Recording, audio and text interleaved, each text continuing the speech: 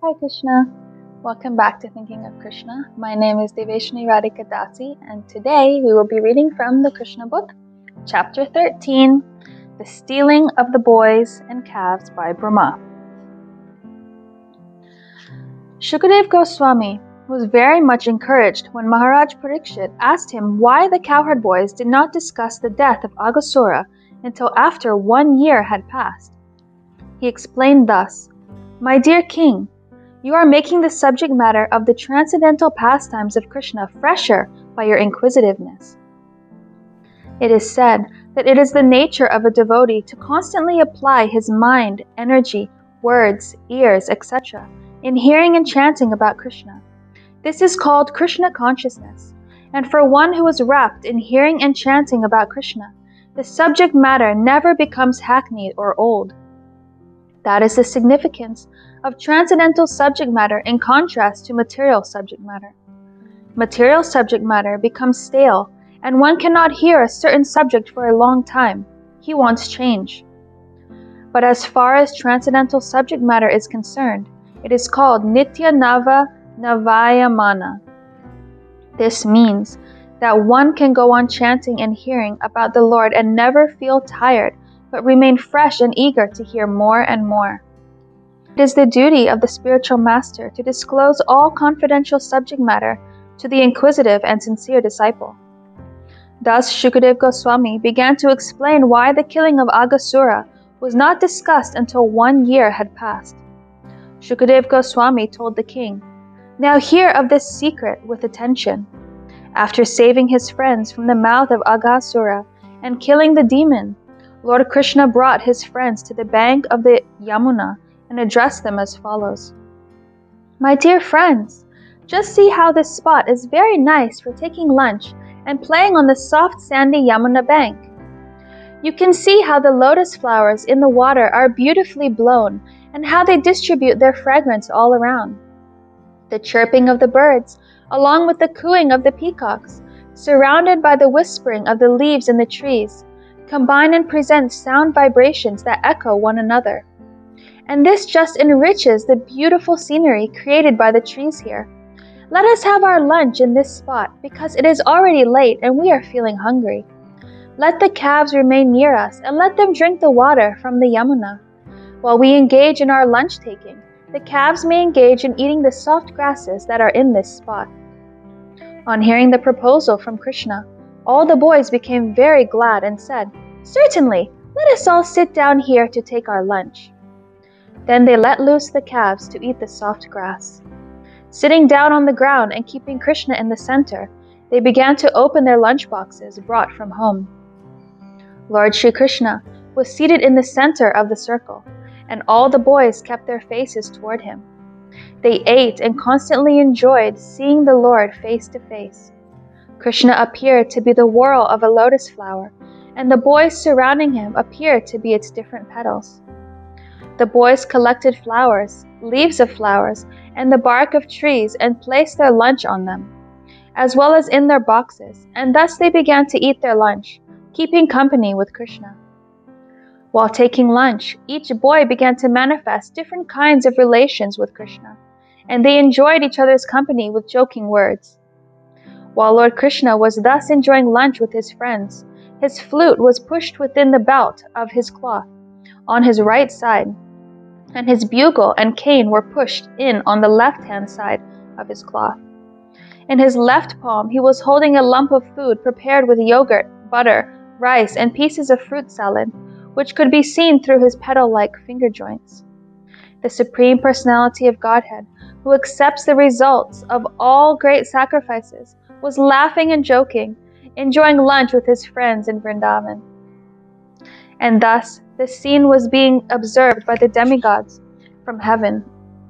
As for the boys, they were simply enjoying transcendental bliss in the company of the Supreme Personality of Godhead. At that time, the calves that were pasturing nearby entered into the deep forest, allured by new grasses, and gradually went out of sight. When the boys saw that the calves were not nearby, they became afraid for their safety, and they immediately cried out, "Krishna!" Krishna is the killer of fear personified. Everyone is afraid of fear personified, but fear personified is afraid of Krishna. By crying out the word Krishna, the boys at once transcended the fearful situation. Out of his great affection, Krishna did not want his friends to give up their pleasing lunch engagement and go searching for the calves. He therefore said, "My dear friends, you need not interrupt your lunch. Go on enjoying. I am going personally to find the calves." Thus Lord Krishna, still carrying the lump of yogurt and rice preparation in his left hand, immediately started to search out the calves in the caves and bushes. He searched in the mountain holes and in the forests, but nowhere could he find them. At the time when Aghasura was killed and the demigods were looking on the incident with great surprise, Brahma, who was born of the lotus flower growing out of the navel of Vishnu, also came to see. He was surprised how a little boy like Krishna could act so wonderfully. Although he was informed that the little cowherd boy was the Supreme Personality of Godhead, he wanted to see more of the Lord's glorious pastimes, and thus he stole all the calves and cowherd boys and took them to a different place. Lord Krishna, therefore, in spite of searching for the calves, could not find them, and he even lost his boyfriends on the bank of the Yamuna, where they had been taking their lunch. In the form of a cowherd boy, Lord Krishna was very little in comparison to Brahma. But because he is the Supreme Personality of Godhead, he could immediately understand that all the calves and boys had been stolen by Brahma. Krishna thought, "Brahma has taken away all the boys and calves. How can I alone return to Vrindavan? The mothers will be aggrieved." Therefore, in order to satisfy the mothers of his friends, as well as to convince Brahma of the supremacy of the Supreme Personality of Godhead, he immediately expanded himself as the cowherd boys and calves. In the Vedas, it is said that the Supreme Personality of Godhead has already expanded himself into so many living entities by his energy. Therefore, it was not very difficult for him to expand himself again into so many boys and calves. He expanded himself to become exactly like the boys, who were of all different features and facial and bodily constructions, and who were different in their clothing and ornaments, and in their behavior and personal activities. In other words, although each boy, being an individual soul, had entirely different tastes, activities, and behavior, Krishna exactly expanded himself into all the different positions of the individual boys. He also became the calves, who were also of different sizes, colors, activities, etc. This was possible because everything is an expansion of Krishna's energy. In the Vishnu Purana, it is said, "Parasya Brahmana Shakti." Whatever we actually see in the cosmic manifestation, be it matter or the activities of the living entities, is simply an expansion of the energies of the Lord, as heat and light are the different expansions of fire. Thus expanding himself as the boys and calves in their individual capacities, and surrounded by such expansions of himself, Krishna entered the village of Vrindavan. The residents had no knowledge of what had happened. After entering the village of Vrindavan, all the calves entered their respective cowsheds, and the boys went to their respective mothers and homes. The mothers of the boys heard the vibration of their flutes before their entrance, and to receive them they came out of their homes and embraced them. And out of maternal affection, milk was flowing from their breasts, and they allowed the boys to drink it. However, their offering was not exactly to their boys, but to the Supreme Personality of Godhead, who had expanded himself into such boys. This was a chance for all the mothers of Vrindavan to feed the Supreme Personality of Godhead with their own milk.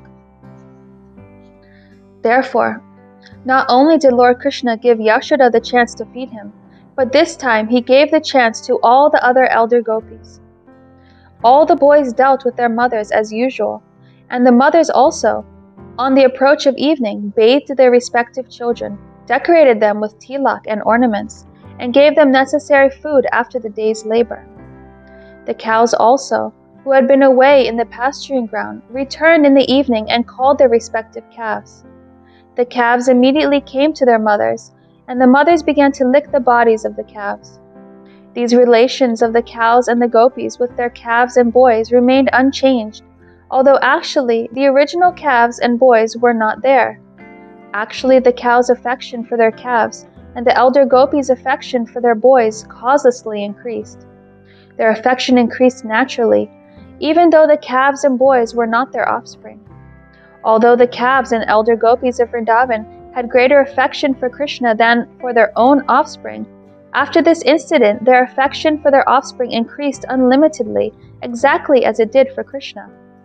For 1 year continuously, Krishna himself expanded as the calves and cowherd boys and was present in the pasturing ground. As it is stated in the Bhagavad Gita, Krishna's expansion is situated in everyone's heart as the Supersoul. Similarly, instead of expanding himself as the Supersoul, he expanded himself as a portion of calves and cowherd boys for 1 continuous year. One day, a few days before a year had passed, Krishna and Balaram were maintaining the calves in the forest when they saw some cows grazing on the top of Govardhan Hill. The cows could see down into the valley where the calves were being taken care of by the boys. Suddenly, on sighting the cows began to run toward them. They leaped downhill with joined front and rear legs. The cows were so melted with affection for their calves that they did not care about the rough path from the top of Govardhan Hill down to the pasturing ground. They approached the calves with their milk bags full of milk, and they raised their tail upwards. When they were coming down the hill, their milk bags were pouring milk on the ground out of intense maternal affection for the calves, although they were not their own calves.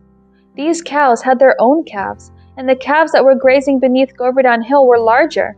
They were not expected to drink milk directly from the milk bag, but were satisfied with grass. Yet all the cows came immediately and began to lick their bodies, and the calves also began to suck milk from the milk bags. There appeared to be a great bond of affection between the cows and calves. When the cows were running down from the top of Govardhan Hill, the men who were taking care of them tried to stop them. Older cows are taken care of by the men, and the calves are taken care of by the boys. And as far as possible, the calves are kept separate from the cows, so that the calves do not drink all the available milk. Therefore, the men who were taking care of the cows on the top of Govardhan Hill tried to stop them, but they failed. Baffled by their failure, they were feeling ashamed and angry. They were very unhappy, but when they came down and saw their children taking care of the calves, they all of a sudden became very affectionate toward the children. It was very astonishing. Although the men came down disappointed, baffled, and angry, as soon as they saw their own children, their hearts melted with great affection. At once their anger, dissatisfaction, and unhappiness disappeared. They began to show paternal love for the children, and with great affection they lifted them in their arms and embraced them. They began to smell their children's heads and enjoyed their company with great happiness. After embracing their children, the men took the cows back to the top of Govardhan Hill. Along the way, they began to think of their children, and affectionate tears fell from their eyes. When Balaram saw this extraordinary exchange of affection between the cows and the calves, and between the fathers and their children, when neither the calves nor the children needed so much care, he began to wonder why this extraordinary thing had happened. He was astonished to see all the residents of Vrindavan so affectionate to their own children, exactly as they had been to Krishna. Similarly, the cows had grown affectionate to the calves, as much as to Krishna. Balaram therefore concluded that the extraordinary show of affection was something mystical, either performed by the demigods or by some powerful man. Otherwise, how could this wonderful change take place? He concluded that this mystical change must have been caused by Krishna, whom Balaram considered his worshipable personality of Godhead. He thought, it was arranged by Krishna, and even I could not check its mystic power. Thus Balaram understood that all those boys and calves were only expansions of Krishna. Balaram inquired from Krishna about the actual situation. He said, "My dear Krishna, in the beginning I thought that all these calves and cowherd boys were either great sages and saintly persons or demigods, but at present it appears that they are actually your expansions. They are all you. You yourself are playing as the calves and boys. What is the mystery of this situation? Where have those other calves and boys gone? And why are you expanding yourself as the calves and boys? Will you kindly tell me what is the cause?" At the request of Balaram, Krishna briefly explained the whole situation, how the calves and boys had been stolen by Brahma, and how Krishna was concealing the incident by expanding himself so people would not know that the original calves and boys were missing. While Krishna and Balaram were talking, Brahma returned after a moment's interval, according to the duration of his life. We have information of Lord Brahma's duration of life from the Bhagavad Gita, 1,000 times the duration of the 4 ages, or 1,000 times 4,320,000 years, constitute Brahma's 12 hours. Similarly, 1 moment of Brahma's time is equal to 1 year of our solar calculation. After 1 moment of Brahma's calculation, Brahma came back to see the fun caused by his stealing the boys and calves, but he was also afraid that he was playing with fire. Krishna was his master, and he had played mischief for fun by taking away his calves and boys. He was really anxious, so he did not stay away very long. He came back after a moment. By his calculation, he saw that all the boys and calves were playing with Krishna in the same way as when he had come upon them, although he was confident that he had taken them and made them lie down asleep under the spell of his mystic power. Brahma began to think, all the boys and calves were taken away by me, and I know they are still sleeping. How is it that a similar batch of boys and calves is playing with Krishna? Is it that they are not influenced by my mystic power? Have they been playing continually for 1 year with Krishna? Brahma tried to understand who they were and how they were uninfluenced by his mystic power, but he could not ascertain it. In other words, he himself came under the spell of his own mystic power. The influence of his mystic power appeared like snow in darkness or a glowworm in the daytime. During the night's darkness, the glowworm can show some glittering power, and the snow piled up on the top of a hill or on the ground can shine during the daytime. But at night, the snow has no silver glitter, nor does the glowworm have any illuminating power during the daytime. Similarly, when the small mystic power exhibited by Brahma was before the mystic power of Krishna, it was just like snow at night or a glowworm during the day. When a man of small mystic power wants to show potency in the presence of greater mystic power, he diminishes his own influence. He does not increase it. Even such a great personality as Brahma, when he wanted to show his mystic power before Krishna, became ludicrous. Brahma was thus confused about his own mystic power. In order to convince Brahma that all those calves and boys were not the original ones, the calves and boys who were playing with Krishna transformed into Vishnu forms. Actually, the original ones were sleeping under the spell of Brahma's mystic power, but the present ones, seen by Brahma, were all immediate expansions of Krishna or Vishnu. Vishnu is the expansion of Krishna, so the Vishnu forms appeared before Brahma. All the Vishnu forms were of bluish color and dressed in yellow garments. All of them had 4 hands decorated with club, disc, lotus flower, and conch shell. On their heads were glittering golden helmets inlaid with jewels. They were bedecked with pearls and earrings and garlanded with beautiful flowers. On their chests was the mark of Srivatsa. Their arms were decorated with armlets and other jewelry, and their necks were just like conch shells. Their legs were decorated with bells, their waists with golden belts, and their fingers with jeweled rings. Brahma also saw that upon the whole body of each Lord Vishnu, from the lotus feet up to the top of the head, fresh tulsi leaves and buds had been thrown. Another significant feature of the Vishnu forms was that all of them were looking transcendently beautiful. Their smiling resembled the moonshine, and their glancing resembled the early rising of the sun. Just by their glancing, they showed themselves to be the creators and maintainers of the modes of ignorance and passion.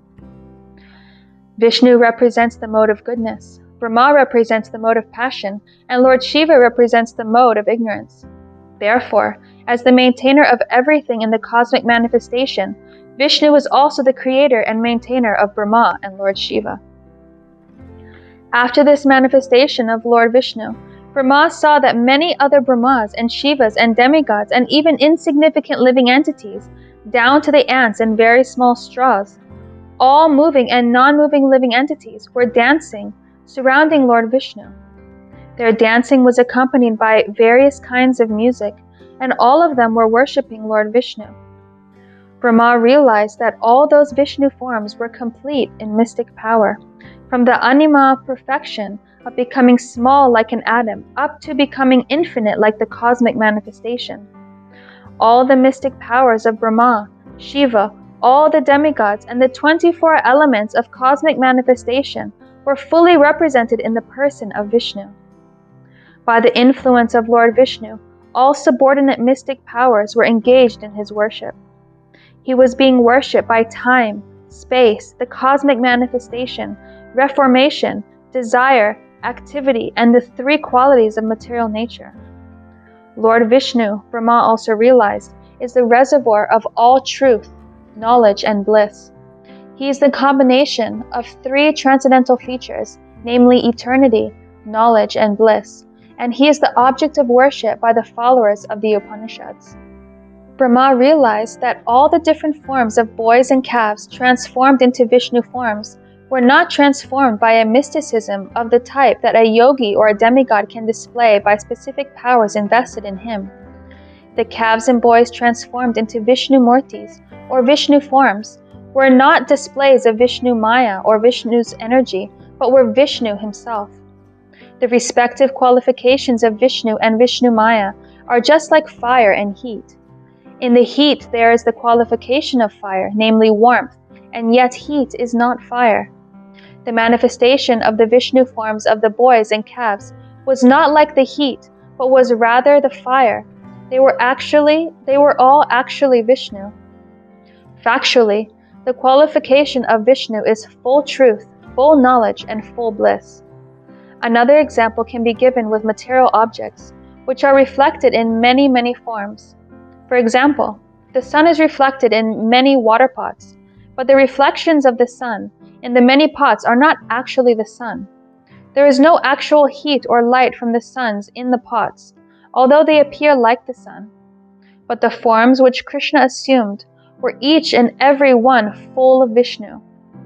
The specific word used in this connection is Satya Jnana Nantananda. Satya means truth, Jnana, full knowledge, Ananta, unlimited, and Ananda, full bliss. The glories of the Supreme Personality of Godhead are so great that the impersonalistic followers of the Upanishads cannot reach the platform of knowledge to understand them. Especially the transcendental forms of the Lord are beyond the reach of the impersonalists, who can only understand through studying the Upanishads that the absolute truth is not matter, or is not materially restricted. From Krishna's expansion into Vishnu forms, Lord Brahma could understand by his limited potency that everything movable and immovable within the cosmic manifestation is existing due to the expansion of the energy of the Supreme Lord. When Brahma was thus standing baffled in his limited power and conscious of his limited activities within the 11 senses, he could realize that he was also a creation of the material energy, just like a puppet. As a puppet has no independent power to dance, but dances according to the direction of the puppet master, so the demigods and living entities are all subordinate to the Supreme Personality of Godhead. As it is stated in the Chaitanya Charitamrita, the only master is Krishna, and all others are his servants. The whole world is under the waves of the material spell, and beings are floating like straws in water. So their struggle for existence is continuing. But as soon as one becomes conscious that he is the eternal servant of the Supreme Personality of Godhead, this Maya, or illusory struggle for existence, is immediately stopped. Lord Brahma, who has full control over the goddess of learning, and who was considered to be the best authority in Vedic knowledge, was thus perplexed, being unable to understand the extraordinary power manifested by the Supreme Personality of Godhead. In the mundane world, even a personality like Brahma is unable to understand the mystic power of the Supreme Lord. Not only did Brahma fail to understand, but he was perplexed even to see the display which was being manifested by Krishna before him. Krishna took compassion upon Brahma because of his inability to see how Krishna was displaying the forms of Vishnu and transforming himself into calves and cowherd boys, and thus, while fully manifesting the Vishnu expansions, he suddenly pulled his curtain of Yogamaya over the scene. In the Bhagavad Gita, it is said that the Supreme Personality of Godhead is not visible due to the curtain spread by Yogamaya. That which covers the reality is Mahamaya, or the external energy, which does not allow a conditioned soul to understand the Supreme Personality of Godhead beyond the cosmic manifestation. But the energy which partially manifests the Supreme Personality of Godhead and partially does not allow one to see is called Yogamaya. Brahma is not an ordinary conditioned soul. He is far, far superior to all the other demigods, and yet he could not comprehend the display of the Supreme Personality of Godhead. Therefore, Krishna willingly stopped manifesting any further potency. The conditioned soul not only becomes bewildered, but is completely unable to understand. The curtain of Yogamaya was drawn so that Brahma would not become more and more perplexed. When Brahma was relieved from his perplexity, he appeared to awaken from an almost dead state and began to open his eyes with great difficulty. Thus he could see the external cosmic manifestation with common eyes. He saw all around him the super excellent view of Vrindavan, full with trees, which is the source of life for all living entities. He could appreciate the transcendental land of Vrindavan, where all the living entities are transcendental to ordinary nature. In the forest of Vrindavan, even ferocious animals like tigers live peacefully, along with the deer and human beings. He could understand that because of the presence of the Supreme Personality of Godhead, Vrindavan is transcendental to all other places and is free of lust and greed. Brahma thus found Sri Krishna, the Supreme Personality of Godhead, playing the part of a small cowherd boy. He saw that little child with a lump of food in his left hand, searching out his friends and calves, just as he had actually been doing 1 year before after their disappearance. Immediately, Brahma descended from his great swan carrier and fell down before the Lord just like a golden stick. The word used among the Vaishnavas to offer respect is Dandavad. This word means falling down like a stick. One should offer respect to the superior Vaishnava by falling down straight with his body just like a stick. So Brahma fell down before the Lord just like a stick to offer respect. And because the complexion of Brahma is golden, he appeared to be like a golden stick lying down before Lord Krishna. All the 4 helmets on the heads of Brahma touched the lotus feet of Krishna. Brahma, being very joyful, began to shed tears, and he washed the lotus feet of Krishna with his tears. Repeatedly he fell and rose as he recalled the wonderful activities of the Lord. After repeating obeisances for a long time, Brahma stood up and smeared his hands over his eyes. Seeing the Lord before him, he, trembling, began to offer prayers with great respect, humility, and attention. Thus ends the Bhaktivedanta purport of the 13th chapter of Krishna, the stealing of the boys and calves by Brahma. The next chapter will be prayers offered by Lord Brahma to Lord Krishna. Thank you so much for listening or reading along. I really hope that you enjoyed that chapter. And now I hope that you also understand why it took them 1 year to finally tell the story of Aghasura, because they were all sleeping in caves for 1 year. Thank you so much. Hare Krishna.